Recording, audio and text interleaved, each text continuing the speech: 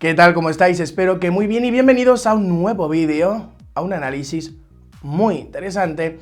Disculpad mi voz, pero sigo, luchando, todavía tardaré unos días en librarme de ello, pero bueno, yo creo que poco a poco vamos mejorando.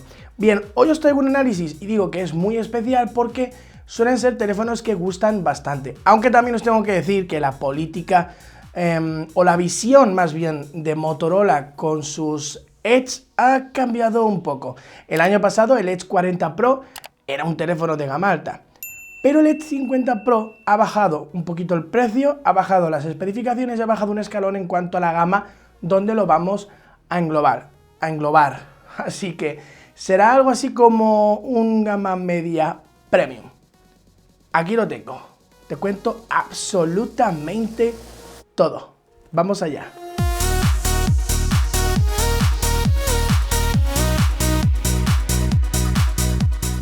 Como es habitual, además Motorola suele ser bastante buena y acierta mucho con el tema de los colores escogidos, pues tenemos diferentes tonalidades e incluso diferentes acabados, porque tenemos un color negro, un color lavanda que comparten la parte trasera, que es como de cuero sintético, cuero vegano, como lo queráis llamar, pero también tenemos uno con un acabado de acetato que simula pues algo así como si fuesen perlas, ¿no? Es bastante curioso y muy bonito, pero bueno, yo el que he estado probando es el lavanda, como os digo, con esta imitación de cuero que mola bastante. El chasis del dispositivo es de aluminio, por tanto los materiales son los que esperas por 700 euros, que es su precio oficial. Mide 161,2 milímetros de alto, 72,4 de ancho y 8,2 milímetros de grosor, para un peso de 186 gramos. Luego entenderéis cómo es tan ligero midiendo lo que mide. Un dato también muy importante, y de hecho en este rango de precios normalmente no suele faltar, es la certificación IP68 contra agua y contra polvo. Como ves, el diseño está a un nivel muy alto, o sea, es muy pero muy top. Se lo han tomado bastante en serio esto de que te entre por los ojos. Incluso el aluminio tiene el mismo color que la parte trasera, lo cual se agradece bastante. Algo que no me gusta es que de nuevo Motorola ha colocado los botones, muy chiquititos. Además no tienen textura y yo creo que esto se puede trabajar algo mejor. Desde luego se han tomado muy en serio que el dispositivo sea bastante vistoso. Por cierto, en la caja viene el cargador, viene una carcasa y bueno, aparte del teléfono, diferentes papelitos y todo esto, así que bastante bien, algo así. Bien, vamos con el tema del... Ay, que se me ha bloqueado el dispositivo. Vamos con el tema del audio. Tenemos un doble altavoz estéreo y tenemos compatibilidad con Dolby Atmos. De hecho, en la parte superior viene serigrafiado este Dolby Atmos.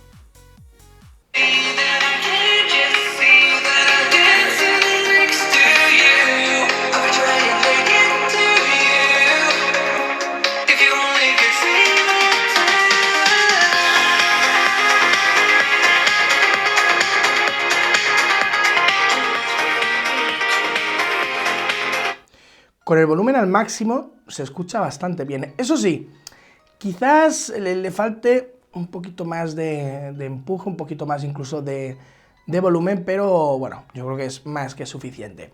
Vamos ahora con el desbloqueo facial, que como ves funciona realmente bien. Siempre hago mis pruebas, ¿no?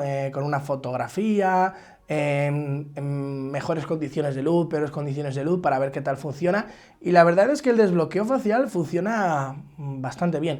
Y también tenemos un sensor de huellas que lo ubicamos en una parte muy baja. Me gustaría que estuviese un poquito más alto, pero bueno, lo que nos hemos encontrado es un sensor de huellas que funciona bastante bien, o sea, no he tenido ningún tipo de problema, ahí lo tenéis. ¿Podría ser un poquito más rápido? Sí, y luego ya sabéis que se pueden modificar las animaciones de la huella cuando está desbloqueando y tal, así que bueno, a nivel biometría, a nivel audio, muy bien. Antes de ver multitud de fotos y algún que otro vídeo, déjame que te hable de la triple cámara trasera, bueno, también de la cámara frontal. Bueno, tenemos un sistema de 3 cámaras en la parte trasera, una principal, un ultra gran angular y un telefoto, ¿vale? En esta ocasión lo que tenemos es un zoom óptico de 3 aumentos que no está nada mal y tiene 10 megapíxeles de resolución. El ultra gran angular es un poco regulero, tiene 13 megapíxeles. Y luego tenemos una cámara principal de 50 megapíxeles que es exactamente la misma resolución, no el mismo sensor, que tenemos en la cámara frontal. El apartado fotográfico ya os adelanto que es muy bueno, pero por el precio podríamos esperar algo un poquitito mejor, así que vamos a ir viéndolo primero con 2 clips de vídeo en las que os voy a dejar de hecho el audio, bueno, de hecho en unos que estoy hablando, y luego también os pongo un clip dentro del estadio de mi equipo para que, bueno, veáis en esa situación cómo se comporta. Algo muy importante que tenemos que saber es que podemos grabar vídeo 4K hasta 30 fotogramas por segundo con frontal, pero también con la trasera. Si queremos 60 fotogramas por segundo, tendremos que bajar a 1080, es decir, Full HD. Así que, bueno, os podéis hacer una idea de qué tal la grabación de vídeo con la cámara frontal, qué tal la estabilización, cómo graba mi voz en un ambiente bastante ruidoso. Y ahora vamos a ver una serie de ejemplos grabados con la cámara principal trasera.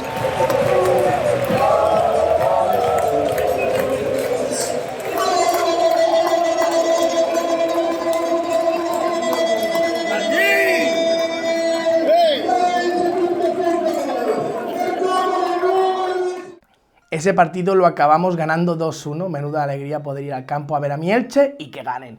A ver, como te he dicho, o como te ha dicho mi yo del pasado, 4K 30 fotogramas por segundo como máximo. Cosas de Motorola. Y el vídeo no está mal, pero he apreciado un problemilla con la exposición, porque sube y baja súper rápido cuando hay muchísima luz. Parece que este sensor principal, de alguna forma, no termina de saber gestionar, quizás porque tiene una apertura demasiado luminosa, pero no termina de saber gestionar esto. No siempre pasa, pero yo os lo menciono. Así que se debería mejorar vía software. Por lo demás, grabación de vídeo normalita y correcta. De noche, sobre todo si hablamos del sensor principal firmado por Omnivision, bastante equilibrado. Los resultados me parecen súper sólidos, se aprecia muy bien el nivel de detalle. Creo que el color está perfectamente representado, sin destrozar las texturas. Mantiene hasta cierto punto el ruido, el grano a raya, así que bastante bien, cero problemas en este aspecto. Si hablamos del modo retrato, oye, muy buen trabajo de Motorola. A ver, no es perfecto, porque a veces puede costarle un poco el desenfoque, pero en líneas generales estoy bastante satisfecho. Es más, he logrado hacer fotografías muy pero que muy buenas. Correcta interpretación del color, el balance de blancos, a ver, no siempre es perfecto, pero por rascar un poquito, y fotos muy pero que muy buenas. Y de día, evidentemente, es donde más brilla. Es más, ahora, si todavía no has alucinado, vas a hacerlo con alguna de las fotografías. Muchas veces se dice que hacen más las manos del fotógrafo que la cámara, pero también ayuda a tener unas cámaras potables, y más si podemos contar con un zoom óptico de 3 aumentos que, ojo, si bien no es tan luminoso como la cámara principal, curiosamente mantiene mejor el tipo, como os he comentado antes, ante las altas luces. La cámara que menos he usado, por supuesto, es un ultra gran angular un poquito débil en mi opinión, no pierde demasiada información en los laterales, se estira demasiado. Pero bueno, en conjunto las fotografías presentan colores vivos, no exageradamente saturados. Aquí Pantone creo que tendrá algo que ver. Las fotos, como ves, tienen mucha vida, son coloridas, nítidas, y el único problema real que veo, como digo, es que si hay, no siempre pasa, pero si hay muchísima luz, a veces se puede hacer un poquito de lío, en ciertas ocasiones. Pero para rematar, con una actualización, sin dudas, podría ser un duro rival a batir. Ahora simplemente es un buen smartphone que hace unas fotos buenas sin más. La pantalla es genial. A ver, no es sorprendente porque en este rango de precio de hecho hay varios dispositivos que tienen paneles muy buenos y hay alguno que por encima. Pero tenemos una pantalla con alguna que otra golosina, vamos a decir.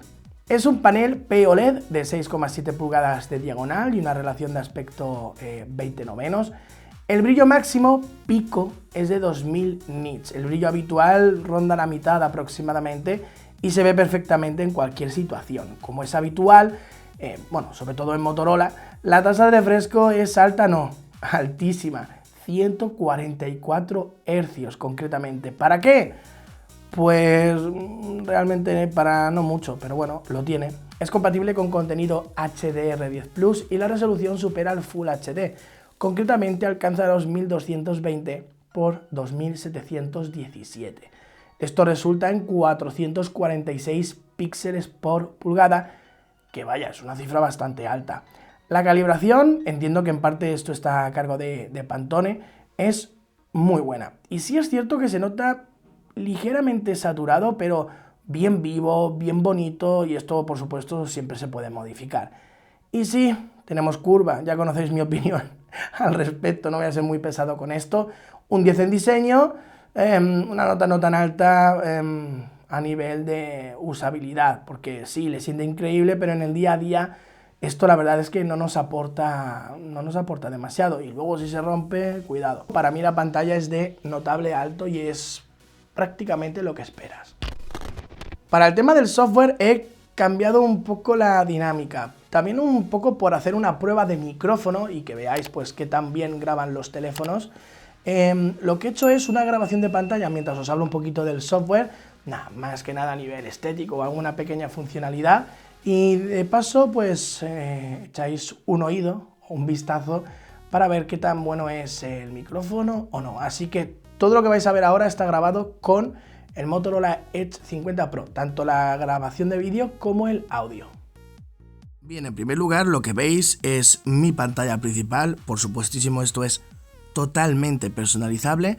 Yo tengo estos 3 widgets, tengo el del calendario, que es Google Calendar, tengo el de las notas, que es Google Keep, y tengo la aplicación nativa del tiempo de Motorola, ¿vale? Es ese widget que podemos encontrar si accedemos desde aquí. Le damos aquí a Widget y aquí lo tenemos, ¿vale? Estos Moto Widgets. ¿Dónde ha cambiado un poquito la interfaz de Motorola y la verdad lo agradezco? Pues aquí, en los ajustes. Queda muy estético. Puedes poner un tema oscuro, pero yo lo tengo así clarito para que se vea muchísimo mejor. También tenemos el panel de personalización y como ves se pueden cambiar todas estas cosas, pero si vas hacia abajo también podemos modificar la animación de la huella, el diseño de la pantalla, ¿vale? Esto lo tenemos así, pero fijaos, normalmente aparecen 3-4 tipos de cuadrícula, aquí tenemos 9 tipos de cuadrícula, que me parece una barbaridad. Yo he puesto la más loca, la 5×7, ¿vale? Increíble, tenemos 5 columnas, 7 filas y cabe un montón de contenido. Pero también podemos, como es típico en los Motorola Edge, modificar la iluminación de los bordes para las notificaciones, ¿vale? Me parece increíble la cantidad de mosaicos que puedes añadir. O sea, Samsung, no sé si también Xiaomi, pero no muchos fabricantes te dan la opción de poner tantísima cantidad, o más bien editar y añadir, porque estos no son todos los que hay incluidos. Los que hay incluidos son estos. Luego puedes aquí modificar y demás, pero está genial porque tienes un montón. De todas formas, no me termina de gustar este centro de control de Motorola. Creo que podría ser un poquito más personalizable, un poquito mejor. ¿Funciona bien? Sí, funciona súper bien, pero una cosa que he notado es que a veces las aplicaciones tardan un poquito de más en abrir. ¿Lo veis? Esto es por el tipo de memorias. Si se hubieran incluido memorias acorde al precio, pues el teléfono iría un poquito más rápido, más eléctrico. ¿Por qué no han utilizado aquí el Snapdragon 7 Plus de tercera generación? Pues no lo sé. ¿Por qué no han utilizado el Snapdragon 8 de segunda generación? Tampoco lo sé. Y es que hay cosas raras en este teléfono, ¿vale? Lo estáis viendo en cada apartado. Y es que el hardware es muy bueno, pero por lo que cuesta, Bueno, yo os voy contando. En primer lugar, unos benchmark. Sorprendentemente apenas alcanza los 850.000 puntos en Antutu. Bueno, esto ya sabes que son test sintéticos que nos pueden dar una cifra sobre su potencia y ya está. Si mantiene a raya o no el estrangulamiento térmico, y sí, lo hace bien. Pero para saber si su Snapdragon 7, ojo, 7, que no 7 Plus, Gen 3, es decente, recuerda, hay que probarlo pues en el día a día. Y en estos 10 días, además de estas pruebas, lo he usado de la forma más cotidiana y he sacado conclusiones muy interesantes. A ver, salvo que seas un usuario súper exigente o por usos muy concretos, yo creo que tu experiencia va a ser bastante buena. Tenemos 3 núcleos menos potentes, Cortex A510, a una velocidad de reloj de 1.8 GHz, y 5 núcleos Cortex A715. De esos, uno llega a 2.63 GHz. La GPU es una Adreno 720. Y hasta aquí todo bien, ¿no? Pues lo que no encaja por el precio es el tipo de memorias usadas, porque la RAM es LPDDR4X y el almacenamiento es UFS 2.2, o sea, no es 4.0, ni siquiera es 3.1. O sea, son tipos de memoria usadas por teléfonos de 200-300 dólares y no estoy exagerando. A ver, evidentemente Motorola ha hecho ciertas modificaciones para que tengamos una velocidad suficiente, pero los datos y la realidad están ahí y yo no entiendo los motivos. Bueno, a ver, supongo que tener mayor margen de beneficios tiene algo que ver, pero al César lo que es del César. Tenemos ni más ni menos que 12 GB de memoria RAM y, ojito, 512 GB de almacenamiento a México y a España. Esta es la versión que nos llega a la 12 más 512. Y esto me parece un acierto. Por último, contamos con Wi-Fi 6E, eSIM o SIM electrónica, Bluetooth 5.4 y el USB-C que incorpora tiene tecnología USB 3.1 y DisplayPort 1.4, así que podrás usar el Ready for con él. Ya sabes, lo conectas a un teclado, a un ratón, a un monitor y lo que tienes es algo parecido a un ordenador, a una computadora. Parecido. Motorola tiene muchas costumbres, teléfonos muy finos, teléfonos estéticamente bastante llamativos, teléfonos por ejemplo con ese Ready for, que no hay muchos fabricantes que ofrezcan la posibilidad de convertir tu teléfono en un ordenador, una tasa de refresco muy loca, algo que casi ningún fabricante que no sea gaming hace, y luego está la manía de incorporar baterías por debajo de la media. ¿Podrían haber puesto una batería de 5.000 mAh aquí? Sí. ¿Lo han hecho? No. Tenemos 4.500 mAh. Esto da para unas 6 horas de pantalla aproximadamente, quizás un poquito más. Y a ver, salvo que estés todo el día con el teléfono, no debería haber problema para llegar al final del día. Yo al menos, salvo un día, no he tenido ningún tipo de problema, pero ya está. A su favor está el tema de la carga. ¿Por qué? Porque tenemos una carga inalámbrica inversa de 10 vatios, tenemos una carga inalámbrica de 50 vatios y luego tenemos una carga rápida con el cargador incluido en la caja de 125 vatios. Esto se traduce en cargar totalmente el teléfono en algo menos de 20 minutos, unos 18-19 minutos.